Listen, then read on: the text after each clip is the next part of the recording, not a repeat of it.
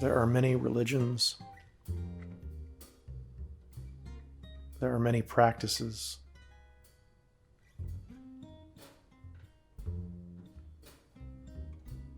There are as many paths to love as there are individual manifestations of consciousness in this world. But there is only one story of awakening.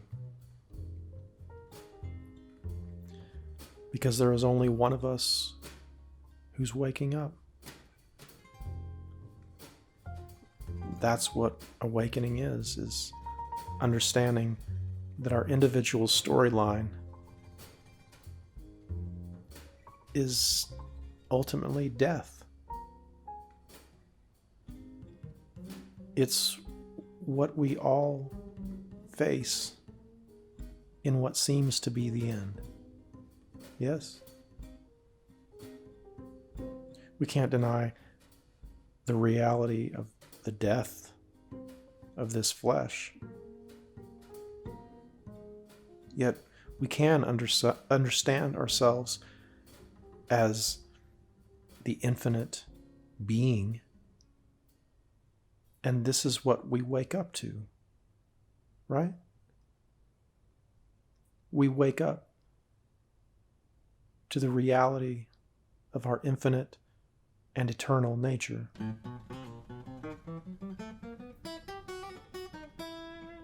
And who wakes up to that? Is it the one who is dying? No. That's the whole point. We wake up to that which is eternal, our true being. Love. We know ourselves now as the one who forgives. And what is that? What is forgiveness? Forgiveness is simply understanding that there is no separation. Forgiveness is simply understanding that there is nothing to hold against anyone. That those terrible acts and those traumas that we seemed to have done to one another were really not ever done at all, because all of that trauma has no substance.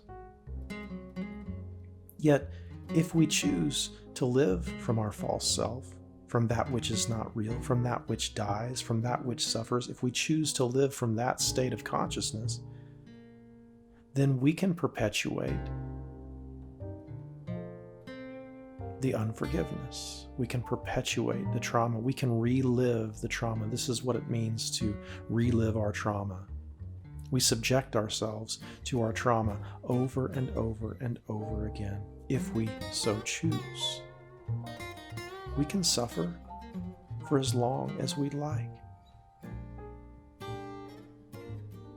And this is the whole purpose of shadow work. We begin to visit the darkness.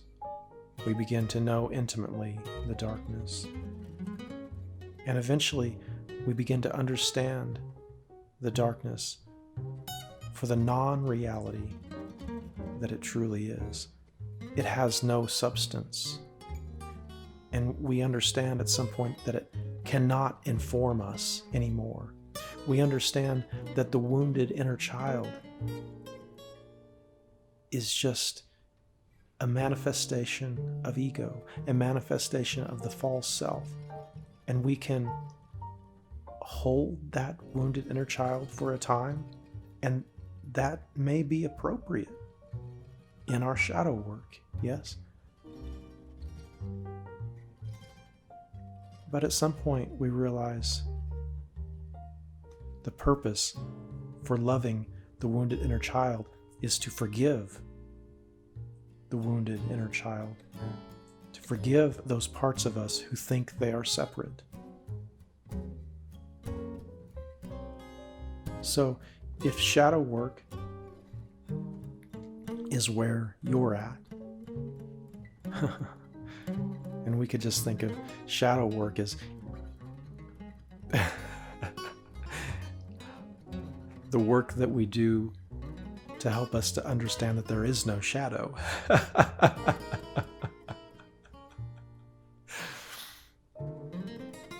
Yes, there are practices that encourage shadow work. In Buddhism, there is a practice that it's called an impermanence meditation. Yes. And it's where we focus on death. We focus on the changing nature of reality. This is shadow work. And we focus and we understand the changing and meaningless nature of our existence, the suffering nature of our existence. And that has its work in us.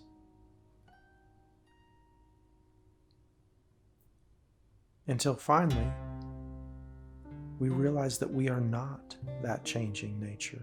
We are not the thoughts and emotions, the neurosis that passes before our eyes. And we realize that the root of all suffering is the illusion of separate self, the neurosis, that which thinks it is split into individual beings. This is what causes us to suffer. And so the impermanence meditation or the shadow work is not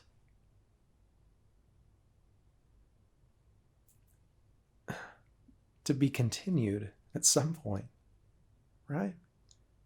Once we realize the meaninglessness of the suffering, the meaninglessness of death. And this is where we choose.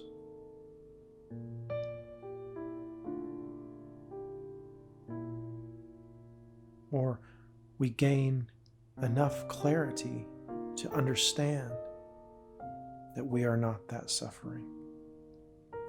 And this is what it's like to wake up. We realize we are not this individual who suffers. I am not this man who seems to be suffering.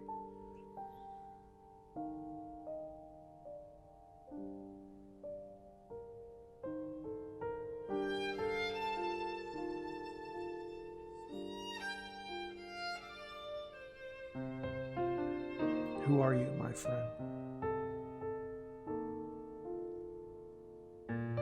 Do you believe yourself to be the one who suffers? Are you re-traumatizing yourself over and over again?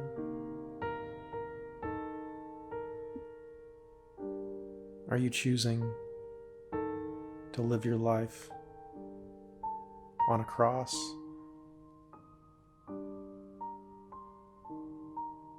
Are you choosing sacrifice?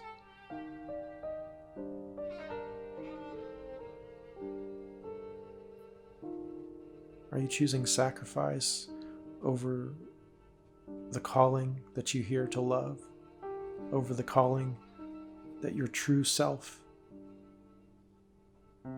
is presenting to you? It's common.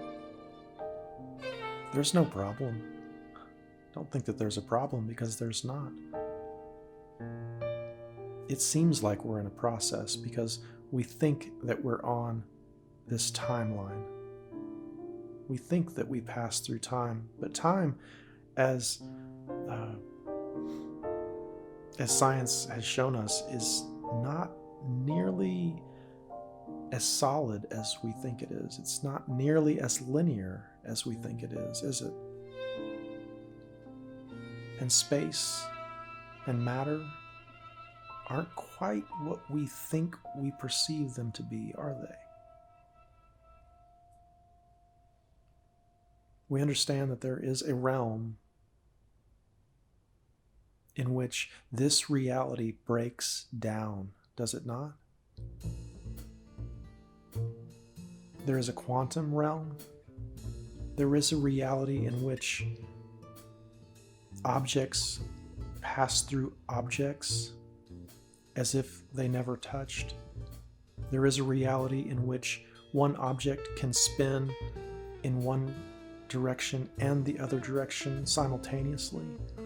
There is a realm where the spin of one object on this side of the universe can affect instantaneously the spin of that object on the other side of the universe. So is there really a this and a that object, or are they connected in a way that we cannot quite understand with our Newtonian minds?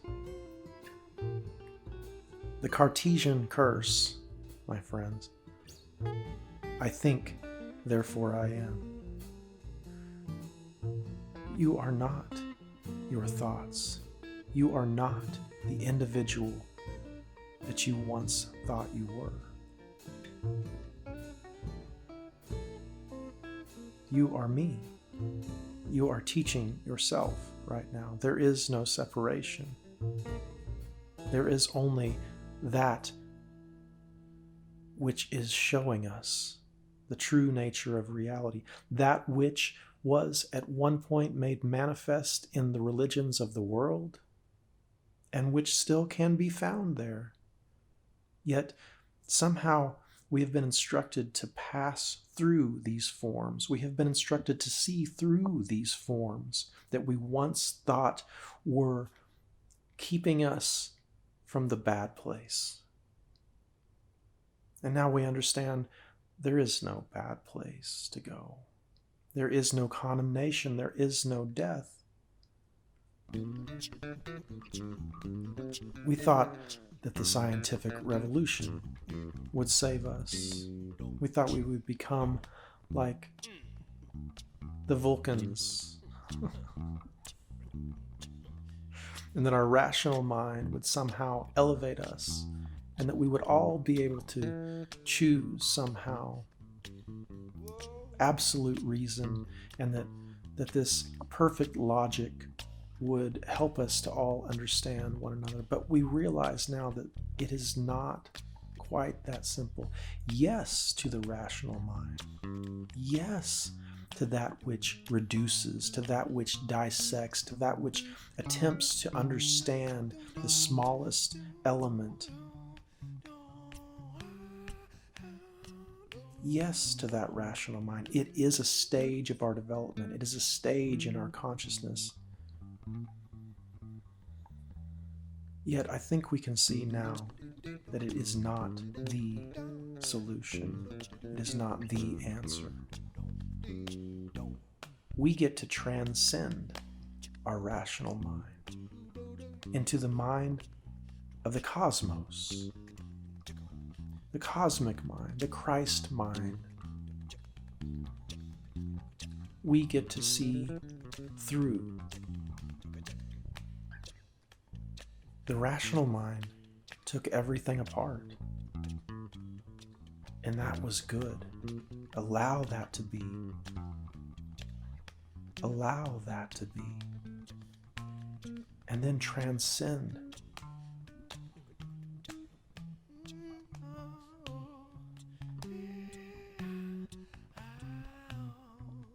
You are not your rational mind.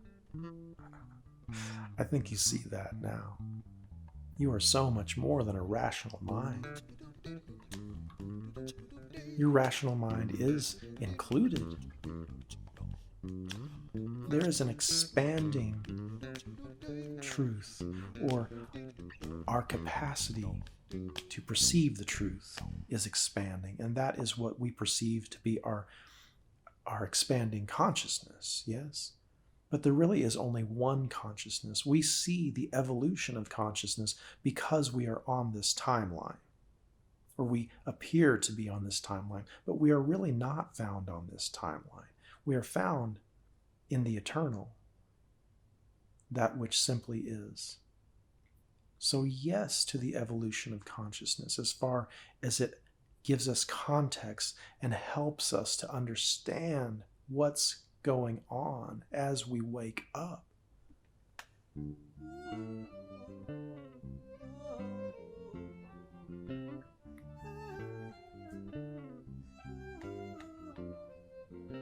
all the religions, all the practices, all the yogas, all the sciences can only point to the one awakening, to the one enlightenment, to that being which is all and knows all. And the all that we know is love. This is what it's all pointing to. We can add and add and add to our egoic minds. We can educate and educate and educate, and that has a purpose. Yes, it has a purpose. Bringing ourselves through the rational state of consciousness is very important. We need to move through that. And for that, it appears that we need some kind of education, some kind of liberal education, because we don't want to get stuck in those archaic modes of superstitious religious practices, do we? Those exclusive forms that actually split us off and divide us. Those archaic practices of religion that divide us. Do you see? We need to move past that. And it appears that education and the rational mind are needed. So yes to all that. But then yes to transcending all of that too. Yes. If you see your brother or your sister in a place of darkness, if you see where they are, there's no need to judge, because as you judge, you only judge yourself, right? How can we help one another to move past this nightmare? How can we help one another?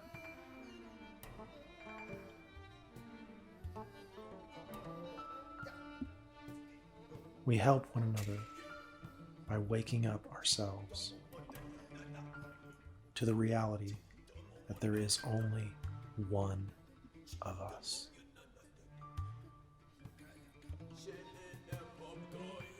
The root of all of our suffering is that we believe we are separate.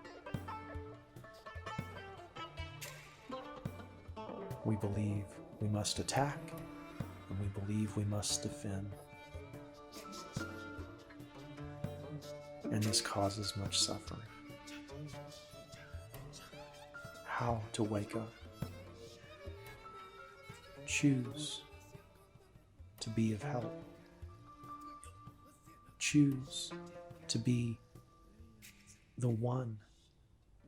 Choose to be love. Choose to release. Choose to forgive. You have a decision-making mind.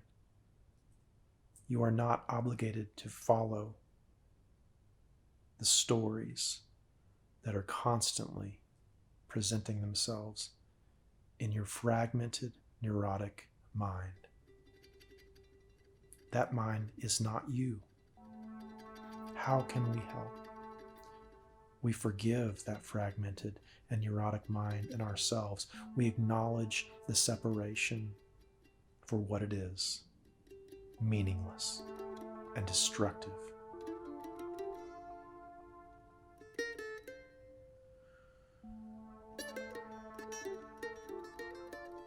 We choose to see ourselves as one, and in that seeing is forgiveness, because how could we hold something against ourselves? What would be the purpose of holding something against ourselves? Can you feel the dissonance within yourself? This is why the Buddhists practice this inward listening, right? It is a science of the subjective experience. We begin examining very, very closely what's going on inside.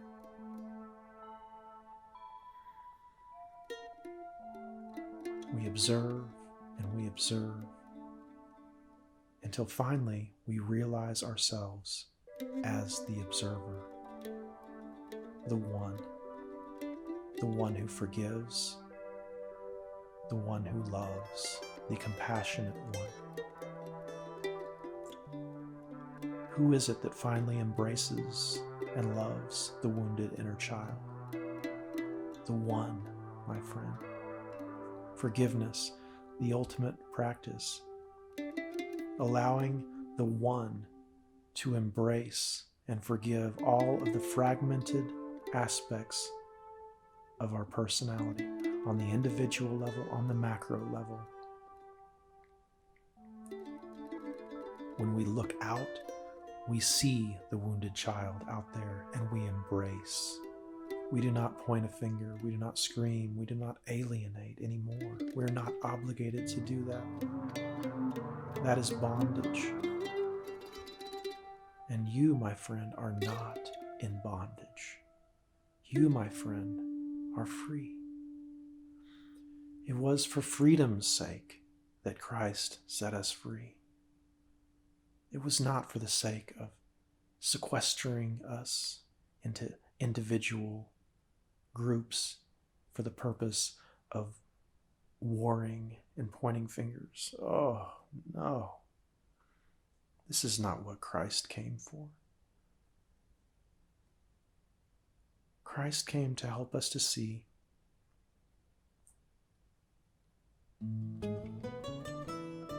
that we live in an illusion and that there's really nothing to lose that will not eventually be taken from us here. And so we forgive. And in that forgiveness, we find our resurrection. There is a seed. It goes into the ground. It dies. Its roots go into the rot and decay, drawing nutrients. Its leaves push up through the soil and begin drawing energy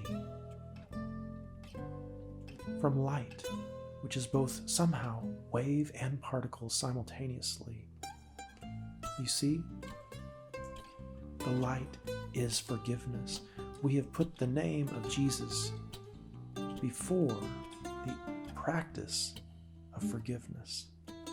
And there is no sense in that, because it was the Christ who showed us how to forgive, who showed us how to forgive the world and ourselves.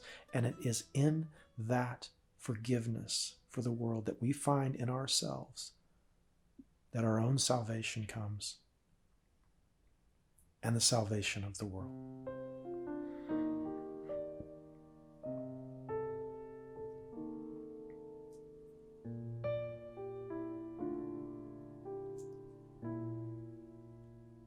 Simply, you are not alone. You never have been.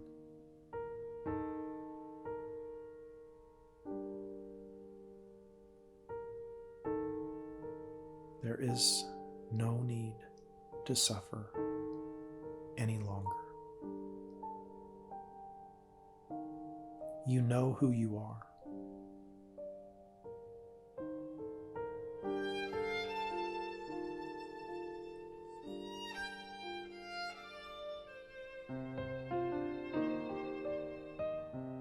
Allow it to come forth. Surrender.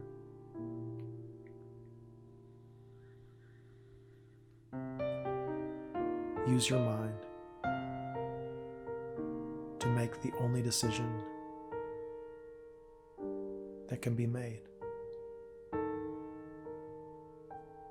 The only decision that can be made with the right mind, that decision for love, a decision to give yourself the love that until this point you've only been able to hear the call of. You are that love that is calling. You are that love. You are that love. You are that love. We are that love. I am that love.